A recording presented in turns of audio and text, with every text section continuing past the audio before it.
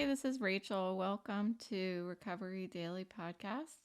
Today I'm going to be talking about illnesses deep within us. And was thinking the other day how I've always had this desire to be an astronaut. Okay, this was my childhood dream to be an astronaut. And I've always, just like probably everybody else in the world, is just amazed by the thought of just the eternal extensiveness of outer space and the universe and stuff. And what I was thinking of the other day is how the inward depth of my mind, how far it goes into um, whatever thoughts I'm thinking, whether they're good or bad, that the inward depth of my mind is absolutely as extensive as the outward depth of the universe. Our brains are so amazing. It's just mind-boggling to think about the extent to which our brain can create stories for ourselves. And so imagine how, with that possibility of how complex our brains are, how sick they can get. You know, how sick we can be on the inside where nobody can see. The illnesses that are deep within us, in our minds, where nobody else can see them, are sometimes the most fatal. I would, I don't want to say often the most fatal because I'm not a doctor. Obviously, if I were, I wouldn't be doing a podcast. I would be doing surgery on someone, making a hell of a lot of money. Anyway, but those illnesses within us, chemical imbalances and such, can be fatal. And I was thinking about this because the post-stroke symptoms that I'm experiencing are ones that nobody can see. I'm the only one who knows that they're there. I'm the only one who can communicate how my eyes are making my head hurt, how what I used to be able to do and process with my eyes is not working anymore. It's not like somebody who has a stroke and they lose functionality in a limb or something like that in their body. That's something that other people can see. Now, that doesn't mean just because they can see it that the solution is easier by any means. But it's a lot easier to be I don't want to say that. That I'm going to stop where I am. That's not appropriate for me to say. It's easier to say, hey, that doesn't work, when somebody can see that it's not working. But what I have been feeling challenged by, and I'm really grateful that I have family and friends and coworkers and bosses that believe me, um, that my head is not working, my brain is not working the way that it used to, and I think about, what if I was still drinking when this happened? All of the craziness, the insanity that I was living back then, why would somebody believe me that things aren't working in my brain? Things weren't working before when I was drinking. So I go back to I was prepared to, something was preparing me to be where I am today. Um, I don't know that I would have even gone to the hospital had I been drinking. I wouldn't have known that something was seriously wrong. I would have just thought, oh, I drank too much. That's why I can't talk. I can't read because I drank too much. I would have laid down and gone to sleep or something. And who knows what would have happened. I may have like not even woken up, much less um, severely had some probably more permanent issues that I was experiencing at the time of my stroke. So I'm really grateful that there are people that believe me, but I know from experience and from watching others that suffer from illnesses within them that not everybody always believes us when the illness is something that you can't see, when it's a chemical imbalance. So I'm talking about depression, anxiety, suicidal thoughts, um, inability to manage anger. All of these things are things that if our loved ones are really paying attention, if they're looking for it, they can see it. But then that brings you to, do they really want to acknowledge it? Do they really want to talk about it? Do they feel comfortable talking about it? Do they think it's something we don't want to talk about? Um, Nobody is jumping up and down to talk about their loneliness and despair. That's for sure. The willingness to be open about these things is few and far between. And the fact that I'm sitting here publishing how I'm articulating the darkness that I've experienced and the darkness that I'm experiencing now, and how I'm trying to crawl my way out of it, how I'm trying to claw my way back out, is I'm doing it. It's unusual, and I'm doing it because very few people do. And it's one of the most healing experiences I had when I started getting sober, was when somebody told a story that was my story. Somebody opened their mouth and told my story without even knowing me. And that's why I want to do this. And if I can focus outward more than inward, then I'm actually healing faster, because I find that healing for me comes when I'm working with other people. Either I'm working with other people on my problems and somebody's listening to me, or I'm working with somebody on their problems and I'm listening to them. Because quite often when somebody comes to me and has something that they want to talk about, um, I've been there. I know what it feels like. And to say it out loud and try to talk them through that is really just reminding myself that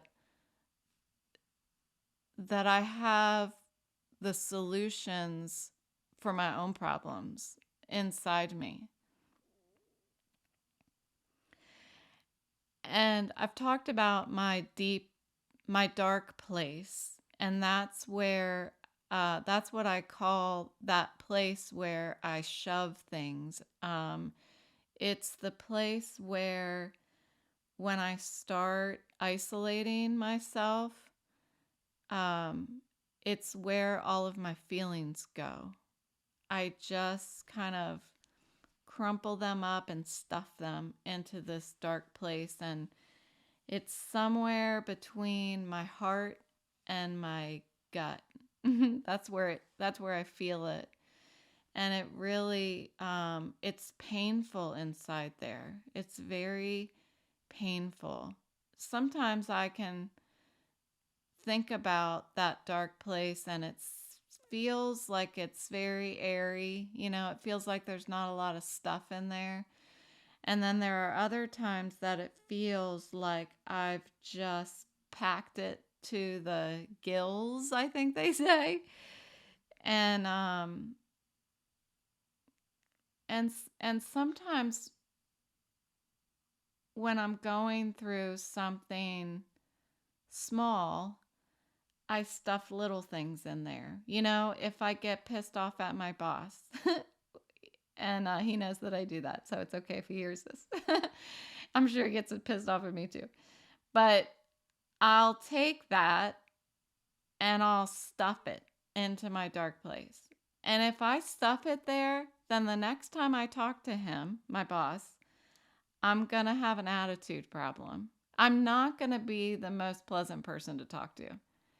And when we do that with people that we're close to, they don't know what's happening. They don't know that you got pissed off at something that I said, in our last conversation, and you stuffed something in your dark place so that now every time you talk to me, that thing, whatever it is that you stuffed, comes back up, and it shows itself in whatever way, whether it's sadness or anger or whatever it is. So what I do, and again, progress, not perfection. What I do is I try to look at that dark place every night before I go to bed. And I have this little thing that I read that says, where have I been? I mean, to summarize, pretty much, where have I been an asshole to people? Where have I been selfish? Those types of things. And I look at my day. I do it every single night before I go to bed. I look at my day and I think, where could I have been a better human being? And yeah, it sounds like I'm an overachiever, and maybe I am an overachiever. I just know how bad it feels when I've got a bunch of shit stuffed in my dark place and I don't want it in there anymore. So some people, probably don't have things that they stuff all the time. I do, and I'm sure that I'm not the only one. And so the way that I try to make sure that that dark place doesn't get stuffed so much with crap, that I can't even dig myself out of it, is to look at it every day. And the first time that I had to look at that place, it was very painful. And I didn't want to face anything in there. Um, I always think about this moment in my childhood. It wasn't a moment, it was a day. After school, I came home. I was in elementary school, and we lived down the street from the elementary school. So I would walk home and let myself in, and my cat, Percy, was there. My cat it was a white Persian cat, and I would come home and I would tell Percy about my day. And that sounds really sad, but that's not why I'm telling you. I would tell Percy about my day. And there was one day in particular that I have an older brother and an older sister, and they were, I guess, off with their friends or had stuff to do after school or something like that. So I was the only one home, and So I got home and I was talking to Percy, and I heard it was quiet. It was like super quiet in the house. Just that quietness that is almost heavy, you know? Um and I heard something upstairs, something in the house. And I had that like panic feeling. I was only in elementary school, so I was scared, you know. But I told Percy I was gonna go check it out.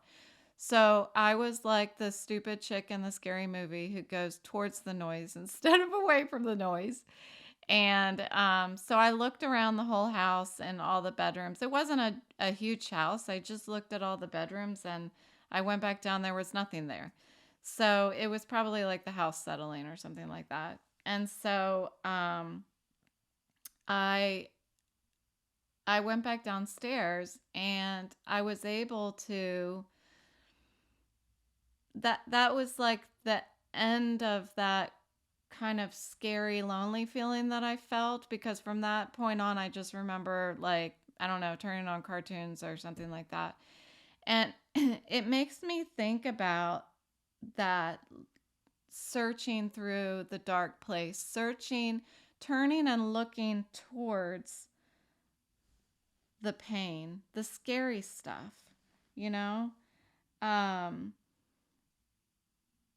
but it's the only way to really make room for freedom, or make room for that airiness feeling that I was talking about, that when I don't have a lot of crap in that dark place, the only way to make that room is to have the willingness to go into those depths and to clean house. And once I'm able to look at that stuff and really fight for myself, I want to fight for that freedom. And the more willingness I have, the more room I have for just being present and being aware of everything that's going on around me, to be mindful. And I know mindful is a big thing that everybody's throwing around these days. It's for the past like 10 years, I think it's been this big mindfulness thing. And I have my own thoughts about mindfulness, and it's probably not revolutionary, revolutionary, but I'll definitely share some of those another time on mindfulness. But anyway, so I just like this, not wanting to turn and face that stuff that's scary. I didn't want to face what was going on in my head just as much as I did not want to face the fact that I had a drinking problem. I had a bad relationship with alcohol. I also did not want to face that there's something wrong with my head um, in this post-stroke time. So, so I didn't want to face the pain in my head as much as I didn't want to face the pain in my heart when I was trying to get sober. I found that what I was afraid of facing, I thought that I was afraid of what was causing the pain. You know, there was a lot of stuff that happened in my life that I felt caused that pain, that caused me to drink. You know, there's lots of people who have a bad relationship with alcohol, and they can blame it on, you know, my parents were alcoholics. Oh, I was in a bad marriage. Um, you know, I lost this or that when I was younger. And what I found was what was causing my bad relationship with alcohol was that I'm an alcoholic. It wasn't because I had a bad childhood. It wasn't because my marriage didn't work out. It wasn't because of the guy who was in a motorcycle accident when I was in high school that I was just torn up about and obsessed about it for freaking years. That none of that was the reason why I had a bad relationship with alcohol. I had a bad relationship with alcohol because I'm an alcoholic. And just like somebody who has diabetes, I needed medicine. And my medicine is has several pieces. One, the importance of staying away from the drink is number one. And then the program that I'm in introduces lots of other medications, if you will, treatments, talking every day about how I'm feeling and and all that stuff. And I don't want to go too far into my sobriety program, but you get the point. It's I didn't want to look at what was causing my pain in my head. Like there was something, like I needed painkillers or I have pain in my head because I had a stroke. I had a stroke. And I have to stop looking away from that and leaning into it, leaning into the pain and stop looking away. It seems like in most cases, when things hurt, in most cases, things are going to hurt more when you look at them and try to address them than if you keep looking away. If you keep looking away from the pain's going to sit there. If you look at the pain and start really getting rehabilitation and really starting to recover, quite often it's going to hurt more than it did when you were ignoring it.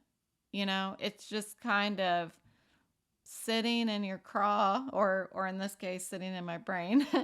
When I didn't look at it, it just existed there.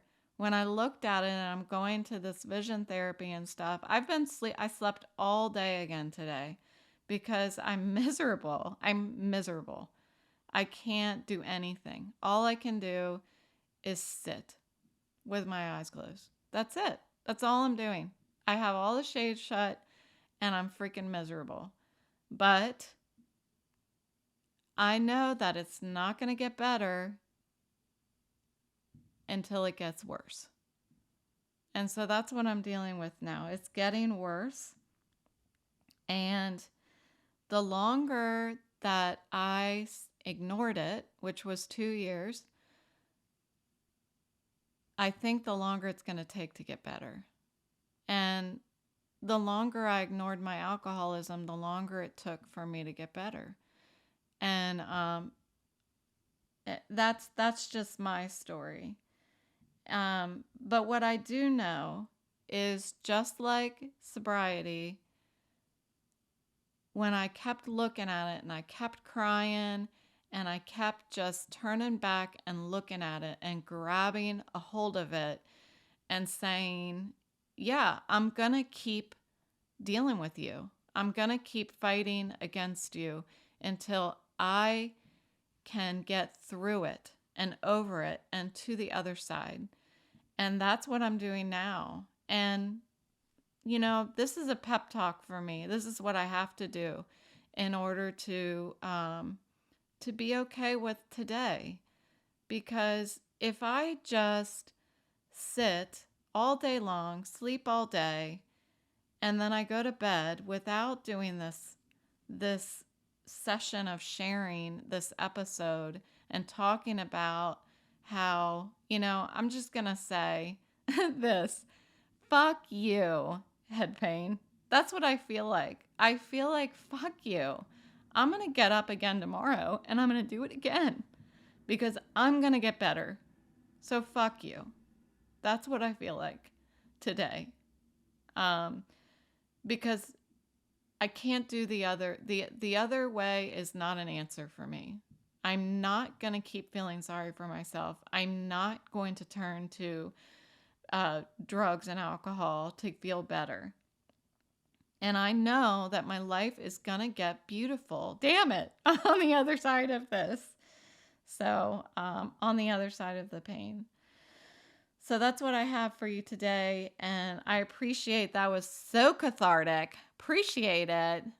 I hope you got something out of it because I certainly did. And I'll talk to you tomorrow. Bye.